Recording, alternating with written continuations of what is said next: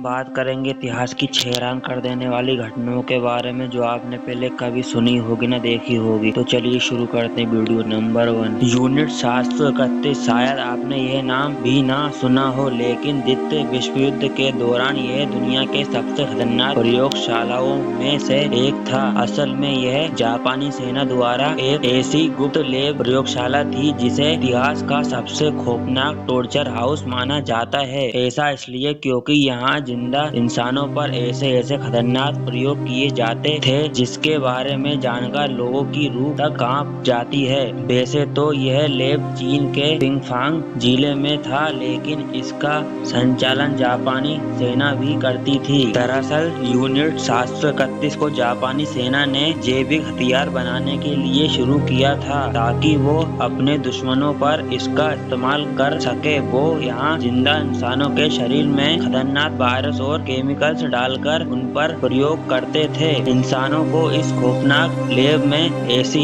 यातनाएं दी जाती थी जिसके बारे में शायद ही आपने कभी सोचा हो। आपको बता दें कि यूनिट 731 लैब में चीन, अमेरिका और ब्रिटेन जैसे देश से पकड़े गए लोगों पर जानवरों की तरह प्रयोग होते थे।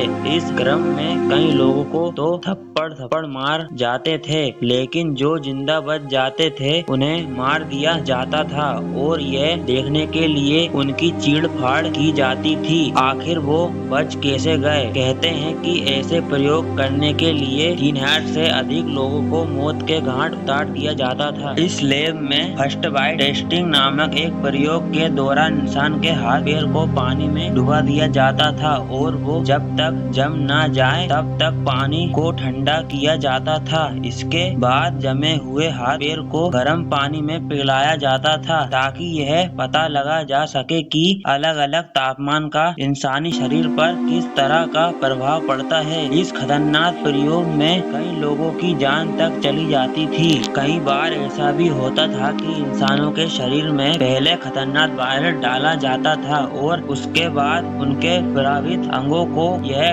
देखने के लिए काट दिया जाता था कि बीमारी आगे भी फैलती है या नहीं। वैसे तो इस खतरनाक प्रयोग में कई लोग अपनी जान भी गवा देते थे, लेकिन जो बच जाते थे उनके ऊपर फिर गन फायर टेस्ट किया जाता था ताकि यह जाना जा सके कि बंदूक इंसानी शरीर को कितनी नुकसान पहुंचा सकती थी। चीन के पिंगफांग में मौजूद यूनिट 731 खतरनाक प्रयोग करने वाला कोई एकलौता लैब नहीं था, बल्कि चीन में इसकी और भी कई शाखाएं थी, जिनमें लिंगकोंग ब्रांच 162, मुंडनजियांग ब्रांच 653, तुनबी ब्रांच 673 और हेलर ब्रांच 593 शामिल थे। हालांकि द्वितीय विश्व युद्ध के बाद इन सारी प्रयोगशालाओं में खतरनाक प्रयोग करना का काम बंद कर दिया गया और यह जगह वीरान हो गई। अब तो इनमें से कई जगहों पर लोग घूमने के लिहाज से भी आते हैं।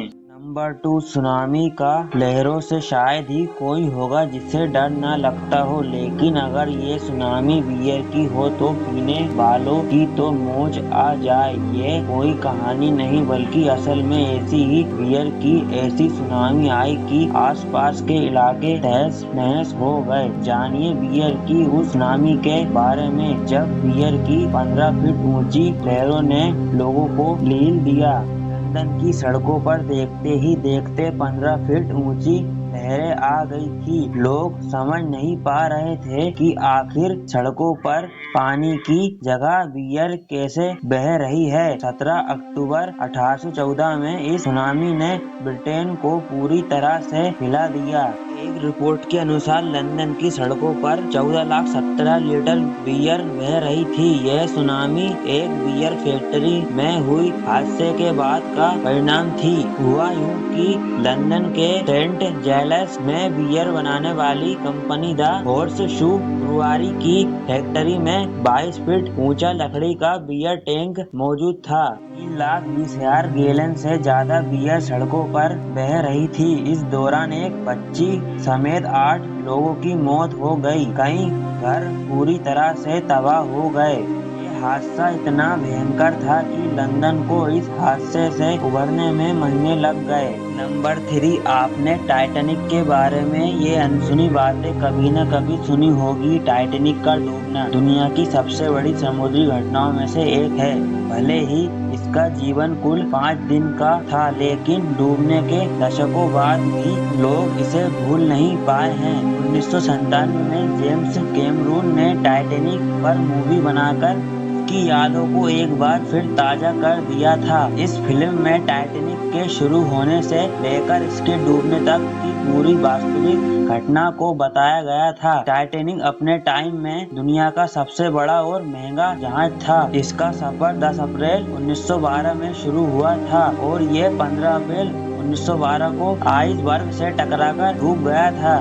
इसी तरह आपने टाइटैनिक के बारे में कई बातें सुनी और पढ़ी होगी, लेकिन कुछ ऐसी भी बातें हैं जो इस जहाज के बारे में आप जानकर हैरान हो जाओगे। आपको जानकर हैरानी होगी, लेकिन ये जहाज इतनी बुरी तरह से टूट फूट गया था कि दूर दूर तक इसका मलबा नहीं मिल सका। इसका मलबा ढूंढने में करीब 73 साल लग गए। सन 1912 में उस जहाज की कीमत $200 मिलियन तक पहुंच गया था। टाइटैनिक जहाज बहुत ही लग्जरी और मॉडर्न स्टाइल का था। इसका इंटीरियर देखने लायक था। शायद आपको नहीं पता होगा, लेकिन जहाज के अंदर का इंटीरियर लंदन के एक होटल दी रिचर्ड्स से इंस्पायर था। टाइटैनिक का सफर शुरू होने के टाइम कुल 2200 लोग इसमें सफर कर रहे थे और उन 2200 लोगों में से लगभग 1500 लोगों ने अपनी जान गंवाई थी, जबकि 700 लोग डूबने से बच गए। जहाज को पूरी तरह डूबने में 2:40 का टाइम लगा और ये टाइमिंग उस वक्त से निकाली गई है जब वो आइसबर्ग के विस्फोटन को लेकर पहला अलर्ट निकाला था। नंबर 4, आज तक आपने कई सीरियल किलर के बारे में सुना होगा, लेकिन दुनिया की सबसे खतरनाक महिला सीरियल किलर इस लेडी को कहा जाता है जो कुमारी लड़कियों के खून से नहाती थी। हंगरी की रहने वाली महारानी का नाम एलिजाबेथ बाथरी था। एलिजाबेथ बाथरी को इतिहास की सबसे खतरनाक और वैसी महिला सीरियल किलर के तौर पर जाना जाता है। साल 1558 से लेकर 1610 के बीच 600 से भी ज्यादा लड़कियों को मार डाला था और उन्हें मारने के बाद बोन के खून से नहाती थी। लड़कियों के अनुसार वो मरी हुई लड़कियों के शरीर के मांस को अपने दांतों से काट कर निगल लेती थी और कहा जाता है कि एलिजाबेथ बावरी के इस भयानक जुर्म में उसके 3 नौकर भी उसका साथ देते थे। लड़कियों को अपने चंगुल में फंसाने के लिए एलिजाबेथ बहुत बड़ा जाल बनाती थी। एक ऊंचे रसूल वाली महिला होने की वजह से वो आसपास के गांव की गरीब लड़कियों को अपने महल में अच्छे पैसे पर काम करने के लिए लालच देकर बुलाती थी, लेकिन लड़कियों जैसे ही महल में आती थी बात रही उन्हें अपना शिकार बना लेती थी। हंगरी के राजा को जब इस बात का पता चला तो उन्होंने इस मामले की जांच करवाई। इन्वेस्टिगेशन एजेंसीज ने एलिजाबेथ के महल से कई लड़कियों के कंकाल और सोने चांदी के आभूषण बरामद किए, जिसके बाद साल 1610 में एलिजाबेथ को उसके घिनौने जुर्म के लिए गिरफ्तार कर लिया गया और इस क्राइम के लिए एलिजाबेथ को फांसी तो नहीं दी गई, लेकिन उसके ही महल में उसे एक कमरे में कैद कर दिया गया, जहां पर 4 साल बाद 21 अगस्त 1614 को उसकी मौत हो गई।